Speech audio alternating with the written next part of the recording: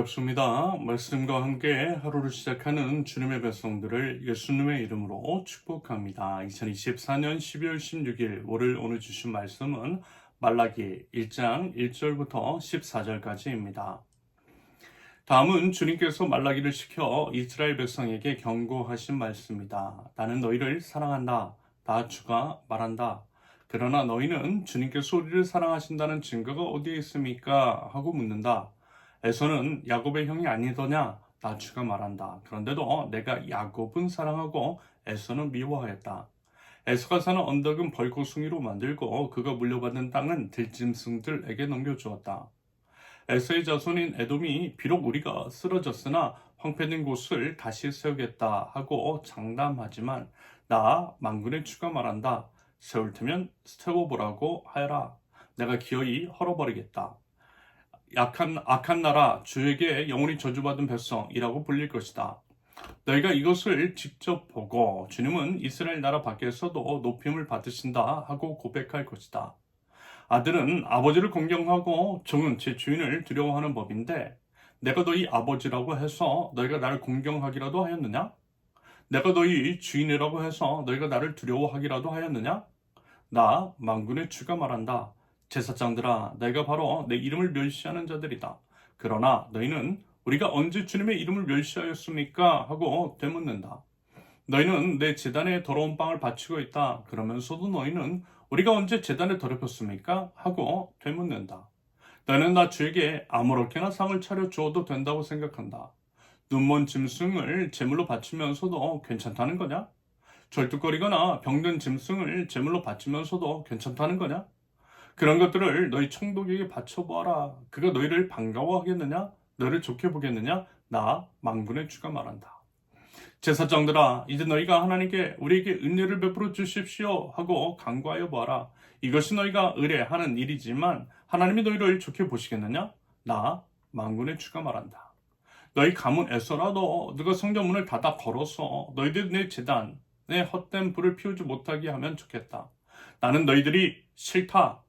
나 만군의 주가 말한다.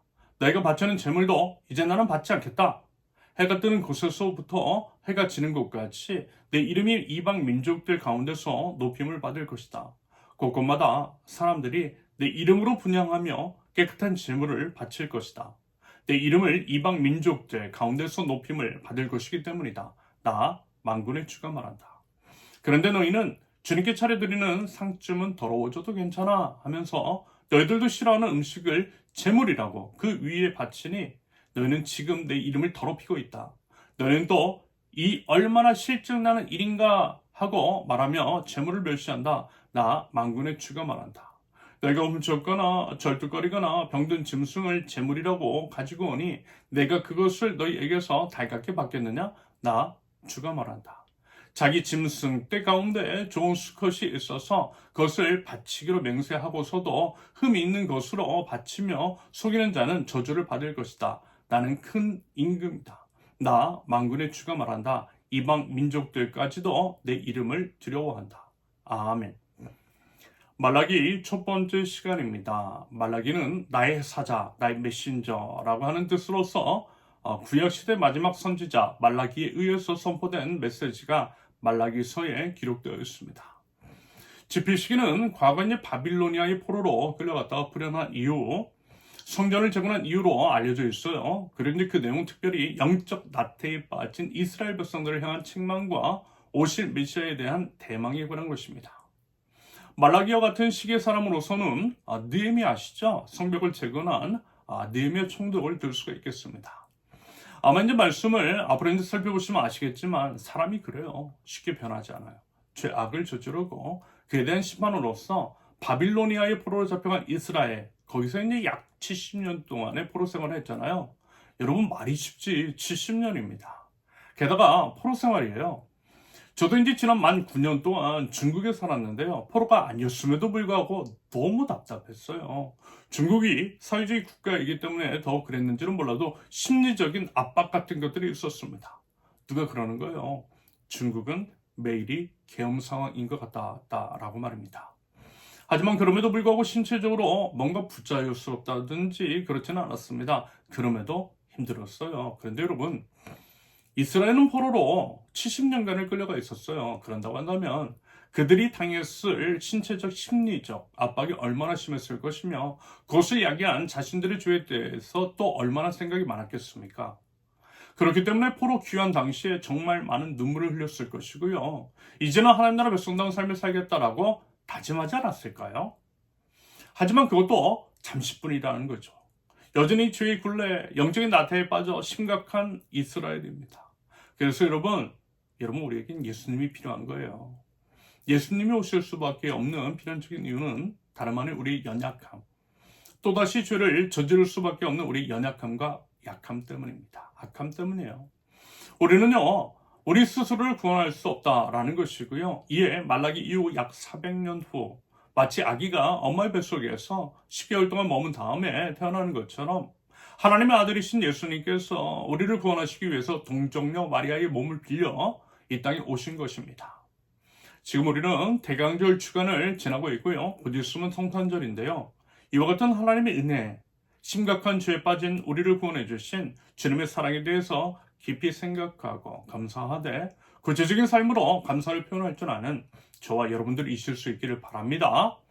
하나님은 이 말씀, 다시 말해서 이제 말라기를 통해 선포하신 말씀이 경고의 말씀임을 1절에서 분명하게 밝히세요. 그러므로 물론 이제 모든 하나님의 말씀을 엄중한 자세로 받아들여야 하겠지만 1절에서부터 경고라고 분명하게 명시하셨으니 더더욱 그래야만 할 것입니다. 2절에서 5절까지의 내용은 이런 거예요. 하나님께서 이스라엘을 얼마나 사랑하시는지를 말씀해 주세요. 그 증거를 요구하는 이스라엘 백성에게 야곱의 예를 드시면서 장남이 아닌 에서가 아니라 장남인 예서가 아니라 차남인 야곱을 사랑하시고 에서의 자손 에돔을 진멸하시되 이스라엘을 대신 살리신 것을 말씀하고 계세요. 그리고 만약에 하나님께서 이스라엘을 사랑하지 않으셨다면 에돔처럼 멸하시지 않았겠느냐라는 거죠. 반대로 그렇게 이제 죄악을 저질렀음에도 불구하고 진멸하지 않으신 것은 이스라엘을 진멸하지 않으시고 그렇게 기회를 주신 것은 다시금 기회를 주시는 것이고 그것은 결국 사랑에서 비롯된 것이라는 의미입니다. 맞아요, 여러분. 하나님은요, 우리를 사랑하세요. 사랑하시기 때문에 한 번 더, 우리에게 한 번 더 기회 주세요. 포기하지 않으세요. 끈질기게 사랑하세요. 그래서 우리가 여기에 지금 이렇게 서 있을 수 있는 것입니다. 부디 그 사랑을 알고요, 그 사랑에 바르게 반응하실 수 있기를 바랍니다. 그런데 그런 하나님에 비해서 우리는 어떻다고요? 여전히 죄악 가운데 있다라는 것입니다. 하나님을 두려워하지 않고 하나님을 멸시했다라는 거예요. 그 내용이 6절부터 기록이 되어 있는데 특별히 하나님은 제사장들, 종교 지도자들에 대해서 엄히 꾸짖고 계십니다. 아마 이제 어제까지 나눴던 아모스서를 기억하실 거예요. 결국 같은 맥락인 거죠. 하나님의 예배를 더럽혔다는 것입니다. 더러운 빵을 바치고 눈먼 짐승, 절뚝거리거나 병든 짐승을 바쳤다는 거예요. 사람에게도 바치지 않는 것을 감히 온 우주의 왕이신 하나님께 바치고서는 그것으로 의무를 다했다라고 하는 식으로 위선을 부리고 기만을 떨었다라는 것입니다. 하나님께서 그걸 왜 모르시겠느냐라는 거예요. 마치 가인의 제사와 같은 그 거짓된 제사를 하나님께서 왜 모르시겠냐고요. 당연히 아시고 안 받으시겠다라는 것입니다. 그래서 10절에서는 제발 그런 거짓되고 헛된 제사를 그만 드리라는 것입니다. 그런 걸 드리는 이스라엘이 싫다세요. 그러면서 당연하게도 하나님은 그런 가증한 제사를 드리는 자들을 저주 받을 것이라고 분명하게 경고하십니다. 여러분 어떻습니까? 이런 말씀을 현재 우리에게 적용을 시켜본다면 더러운 빵, 장애가 있는 짐승을 드리는 행위들, 결국 그것은 하나님이 우선순위가 아니라 나중순위로 밀어낸다라는 의미인 것이겠죠. 물론 이것을 교회 안에서 행하는 종교 행위와 굳이 결부시킬 필요는 없다라고 생각합니다. 예를 들어 나중에 이제 11조에 관한 내용도 나오는데요. 교회에 헌신하고 교회에 많은 것들을 바치는 것을 마치 하나님을 우선순위로 두는 식으로 오해하거나 그렇게 오용해서는 안 된다라는 것입니다. 그런데 이제 보통 교회에서 이 부분에 대해서 가르칠 때 방금 그와 같은 식으로 해석을 내리죠. 그래서 이제 교회에 헌신하도록, 교회에 헌금 많이 하도록, 힘껏 헌금을 내도록 부추기는 것들이 있습니다. 교회에 묶어놓고 있어요.